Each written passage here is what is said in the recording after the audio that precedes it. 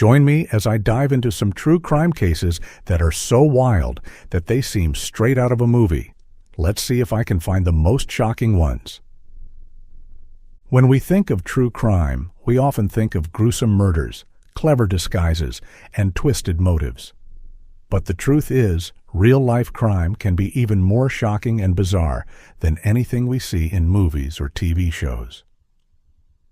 Many of the most famous crime writers and filmmakers have drawn inspiration from real-life events, and it's easy to see why. One common misconception about crime is that it's all about gangs, guns, and drug deals gone wrong. But the reality is that some of the most shocking crimes are committed by ordinary people, often in the most mundane and unexpected ways. Another misconception is that crime is always planned and calculated, but the truth is that many crimes are committed in the heat of the moment, with little or no forethought. Crime is also often romanticized in fiction, with cool and calculating villains who always seem to be one step ahead of the law. But in reality, most criminals are not masterminds, and many are caught because of their own mistakes and incompetence. And finally, there's the misconception that true crime is only about murder. But the truth is that there are many other types of crimes that are equally shocking and disturbing. From embezzlement and fraud to kidnapping and arson, there are countless ways that people can break the law and harm others. So, let's dive into some specific cases that will make your jaw drop and leave you wondering how these events could have happened in real life. One case that stands out is the story of H.H. Holmes, a notorious serial killer who preyed on victims during the 1893 World's Fair in Chicago. Holmes, whose real name was Herman Webster Mudgett, is often considered one of America's first documented serial killers. What's particularly shocking about this case is the way Holmes used his charm, intelligence, and good looks to lure unsuspecting victims into his murder castle, a hotel he had meticulously designed with sinister intent. Holmes's charisma and ability to project a trustworthy image enabled him to build a facade of respectability, which he used to cover his dark, hidden agenda. The Murder Castle, as it came to be known, was a 3-story building with a labyrinthine layout that included secret passages, hidden rooms, soundproof chambers, and even a basement equipped for torture and murder. Holmes's architectural monstrosity was a grim masterpiece of macabre ingenuity, designed to disorient and entrap his victims. It was equipped with trapdoors, peepholes, stairways that led to nowhere, and doors that could only be opened from the outside, ensuring that his victims had no means of escape once they were inside. Each room seemed to have a specific purpose in his deadly game, from gas chambers that could be sealed off at a moment's notice to rooms lined with asbestos to muffle screams. Holmes's attention to detail in constructing his murder castle was chillingly meticulous, reflecting his methodical approach to killing. Holmes's victims were often young women who had come to Chicago seeking employment or adventure during the World's Fair, which attracted millions of visitors from around the world. He would charm them with his affable demeanor and offer them lodging or employment, only to lead them to their doom. Holmes's ability to blend in with the social elite and his relentless pursuit of power and wealth made him even more dangerous. The basement of the murder castle was particularly gruesome, containing a dissecting table, stretching rack, and crematory.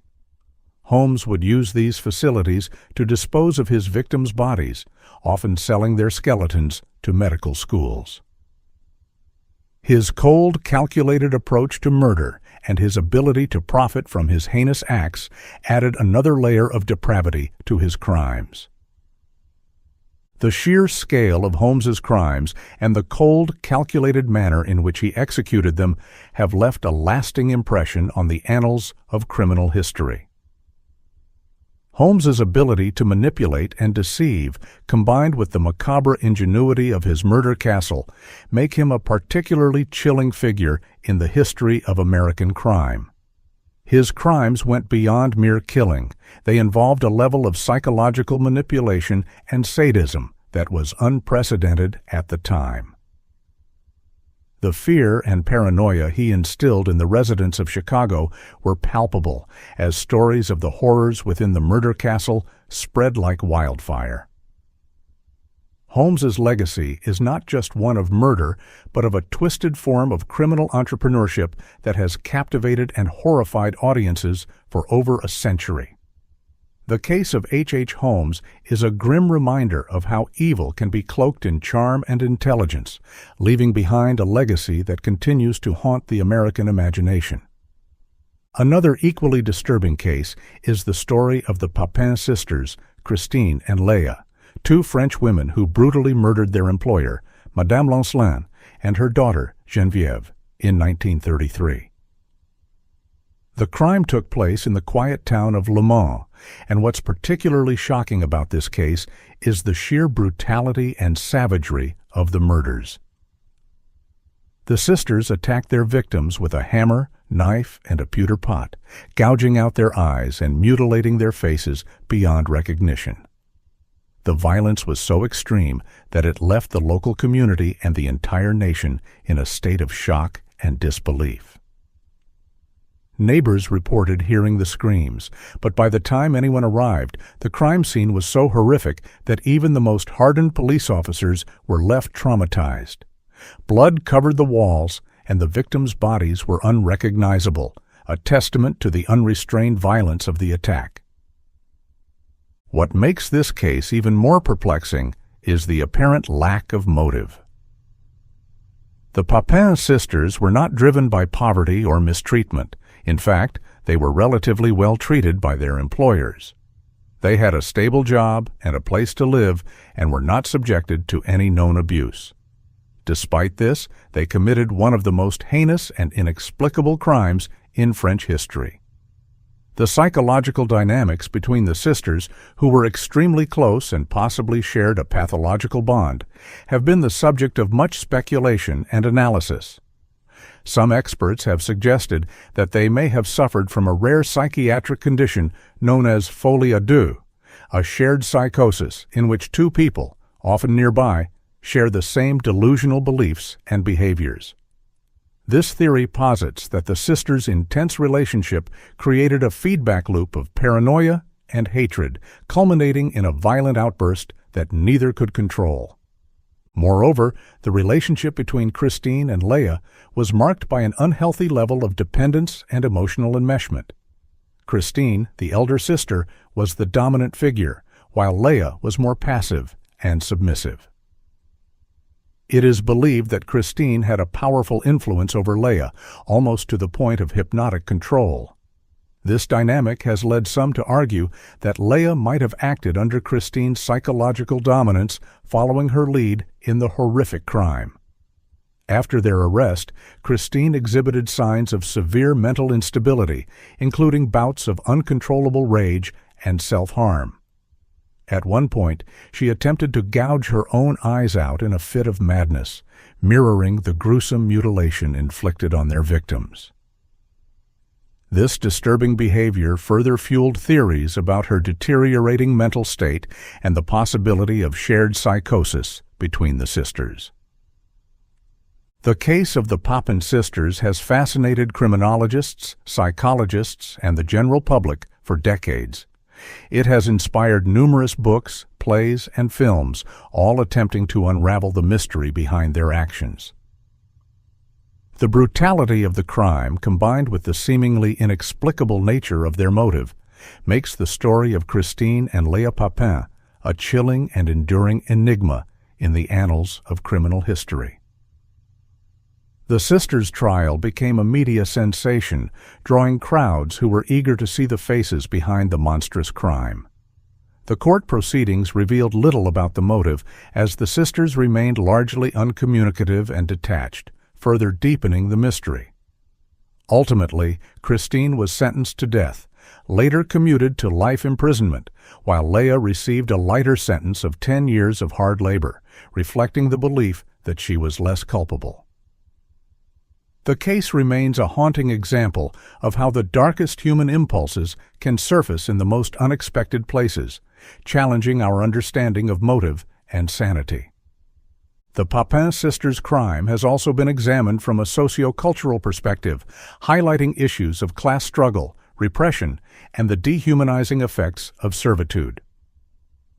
Some interpretations suggest that the murders were a symbolic act of rebellion against their subservient roles in a rigid class system. Others see it as an extreme manifestation of the oppressive psychological environment in which the sisters lived, where their closeness served as both a refuge and a catalyst for their descent into madness. The story of Christine and Léa Papin continues to resonate because it defies easy categorization, forcing us to confront uncomfortable truths about human nature, mental illness, and the potential for violence that lies within us all. A third case that's equally shocking is the story of the Clutter family, who were brutally murdered in their home in Holcomb, Kansas, on November 15, 1959. The Clutter family consisted of Herbert Clutter, a prosperous farmer, his wife Bonnie, and their teenage children, Nancy and Kenyon. The family was well respected in their community and known for their kindness, generosity, and involvement in local affairs. Herbert Clutter was particularly admired for his leadership and his modern, efficient farming techniques, which made him a prominent figure in the agricultural community. The Clutters were seen as the embodiment of the American dream, a hard-working, devoutly religious family living in a peaceful rural town. This made the crime all the more horrifying and senseless, shattering the sense of safety and trust within the tight-knit community. What's particularly disturbing about this case is the fact that it was committed by two men, Perry Smith and Richard Dick Hickok, who had no personal connection to the Clutter family. Smith and Hickok were ex-convicts who had learned about the Clutters from a fellow inmate, Floyd Wells, who falsely claimed that Herbert Clutter kept a large sum of money in a safe at his home. Motivated by this misinformation, the two men planned and executed a robbery that turned into a massacre when they found no such safe. Their decision to carry out the crime was driven by desperation and greed, combined with a complete disregard for human life. They meticulously planned the robbery, driving hundreds of miles to the Clutter home, believing they were embarking on a quick and easy heist. However, when they discovered that there was no money, the situation escalated into a brutal, senseless killing spree. The sheer brutality of the crime shocked the nation. Smith and Hickok bound and gagged the family members before shooting them at close range with a shotgun. The scene inside the Clutter home was one of unimaginable horror. Herbert Clutter was found with his throat slashed and shot in the head, Bonnie was shot in her bed, Nancy was shot in the back of the head, and Kenyon was shot in the face. The meticulous manner in which the crime was executed, combined with the randomness of the violence, left the community and the entire country in a state of disbelief and fear. The Clutters were killed not because of personal vendetta or animosity, but because of the cold, calculated decision by Smith and Hickok to leave no witnesses to their crime. The case was so shocking and unprecedented that it caught the attention of author Truman Capote, who traveled to Kansas to investigate. Capote, accompanied by his friend and fellow writer Harper Lee, immersed himself in the town of Holcomb, interviewing residents, law enforcement, and even the killers themselves. His extensive research and interviews with those involved in the case culminated in the writing of his famous book, In Cold Blood, which is often credited with pioneering the true crime genre. Capote's narrative style in the book was groundbreaking. He meticulously recreated the events leading up to the murders, the crime itself, and the aftermath, including the investigation, trial, and eventual execution of Smith and Hickok. His detailed and empathetic portrayal of both the victims and the perpetrators brought the horror of the Clutter family murders to a wide audience, ensuring that the case would be remembered for generations. In Cold Blood also delved deeply into the psychological profiles of the murderers, particularly Perry Smith, whose troubled upbringing and complex personality fascinated Capote. The book explored themes of nature versus nurture, questioning whether Smith and Hickok were born criminals or shaped by their harsh, abusive environments. Capote's nuanced portrayal of Smith, in particular, generated both sympathy and revulsion, highlighting the moral ambiguities of the case. This duality challenged readers to consider the humanity of the killers, even as they grappled with the brutality of their actions. The Clutter family murders had a lasting impact on the American psyche. The randomness and savagery of the crime shook the nation's sense of security, especially in small-town America, where such violence seemed unimaginable. The case also underscored the flaws in the criminal justice system, as Hickok and Smith had both been paroled despite their criminal histories, raising questions about the effectiveness of rehabilitation for violent offenders. The fear and paranoia generated by the murders spread beyond Holcomb, symbolizing the end of an era of innocence and the beginning of a more cynical, fearful view of the world. The legacy of the Clutter family murders extends beyond the literary world. It has been the subject of numerous documentaries, films, and scholarly studies, each exploring different facets of the crime, the investigation, and its impact on society. The case remains a poignant reminder of the fragility of life and the unpredictable nature of human violence. It also serves as a critical point of reference in discussions about the death penalty, criminal psychology, and the cultural fascination with true crime. Truman Capote's In Cold Blood not only immortalized the Clutter family, but also paved the way for future true crime narratives, making the story of their tragic end an indelible part of American cultural history. But the most jaw-dropping case of all is probably the story of the BTK Killer, a serial killer who terrorized Wichita, Kansas, and its surrounding areas for over 30 years. The BTK Killer, whose real name is Dennis Rader, committed a series of heinous crimes between 1974 and 1991, during which he murdered at least 10 people. The acronym BTK stands for Bind, Torture, Kill, which chillingly describes his modus operandi. Rader's crimes were marked by a level of premeditation and sadism that made them particularly terrifying. Unlike many serial killers who might have a specific type of victim or a consistent method of murder, Rader's approach was varied and unpredictable, adding an additional layer of fear to his already gruesome acts. What's particularly shocking about this case is not just the number of victims, but the fact that Rader was a seemingly ordinary man living a double life. He was a married father of 2, a church leader, and an active member of his local community. Rader held a job as a compliance officer where he was responsible for enforcing municipal codes, which sometimes involved entering homes and issuing citations, giving him a unique insight into people's lives and homes. He was even the president of his church council. His ability to hide in plain sight, committing horrific crimes while maintaining the facade of a normal, upstanding citizen, is what makes this case so disturbing. Neighbors and colleagues described him as friendly, trustworthy, and deeply involved in his community, making his eventual unmasking as the BTK Killer all the more shocking. Rader's crimes were meticulously planned and executed. He would stalk his victims, often breaking into their homes and waiting for them to return. Once inside, he would bind them, inflict torture, and ultimately kill them. His victims ranged in age and gender, including entire families, which added to the unpredictability and terror of his actions.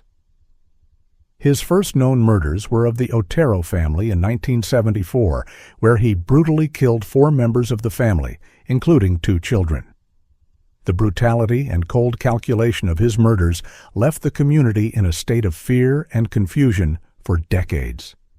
His ability to remain undetected, despite the high-profile nature of his crimes and the extensive media coverage, showcased his cunning and his understanding of criminal investigations. He seemed to thrive on the fear he instilled, relishing his role as a phantom predator. Adding to the horror, Rader taunted law enforcement and the media with letters, poems, and drawings, detailing his crimes and mocking their efforts to catch him. These communications, filled with gruesome details and a twisted sense of pride, kept the public and authorities on edge. In his letters, Rader would describe in graphic detail how he selected, stalked, and murdered his victims, often including drawings of the crime scenes that he signed with his self-given moniker, BTK. His communications demonstrated a desire for notoriety and control as he relished in the panic and frustration he caused. Despite extensive investigations, including profiling by the FBI and efforts to trace his letters and other communications, Rader managed to evade capture for over 3 decades. His taunts were not only a way to claim responsibility for his crimes, but also served as a psychological warfare tactic, showing his need to assert dominance over both his victims and those who pursued him. The case finally broke in 2005 when Rader, emboldened by years of evading capture, made a fatal mistake. He sent a floppy disk to the police, believing it could not be traced. However, forensic experts were able to retrieve metadata from the disk, which pointed directly to the Christ Lutheran Church, where Rader was an active member. This led them to Dennis Rader himself. The digital footprint, combined with DNA evidence from earlier crime scenes, led to his arrest. His arrest and subsequent confession shocked those who knew him as they struggled to reconcile the image of the friendly neighbor and church leader with that of a sadistic serial killer. During his confession, Rader displayed a chilling lack of remorse, calmly recounting the details of his crimes and even expressing disappointment that he would no longer be able to continue his spree. Rader was sentenced to 10 consecutive life terms without the possibility of parole, ensuring he would spend the rest of his life in prison. His sentencing brought some closure to the families of the victims and the community, but the trauma of his reign of terror left a lasting scar. The story of the BTK killer remains one of the most chilling and perplexing cases in the history of American crime, illustrating how a person can lead a double life, committing unspeakable acts while appearing completely normal to those around them. It raises disturbing questions about the nature of evil and the human capacity for deception. Rader's ability to compartmentalize his life, to be a loving father, a dedicated church leader, and a brutal serial killer, challenges our understanding of human psychology and morality. The case also highlighted the limitations and challenges of criminal profiling and investigation methods of the time, demonstrating how even the most heinous criminals can sometimes slip through the cracks for years. Today, the BTK case serves as a grim reminder of the potential for darkness that can lurk behind the most ordinary of facades, leaving us to wonder what other secrets might lie hidden in plain sight. So, as we've seen, true crime can be even more shocking and disturbing than fiction.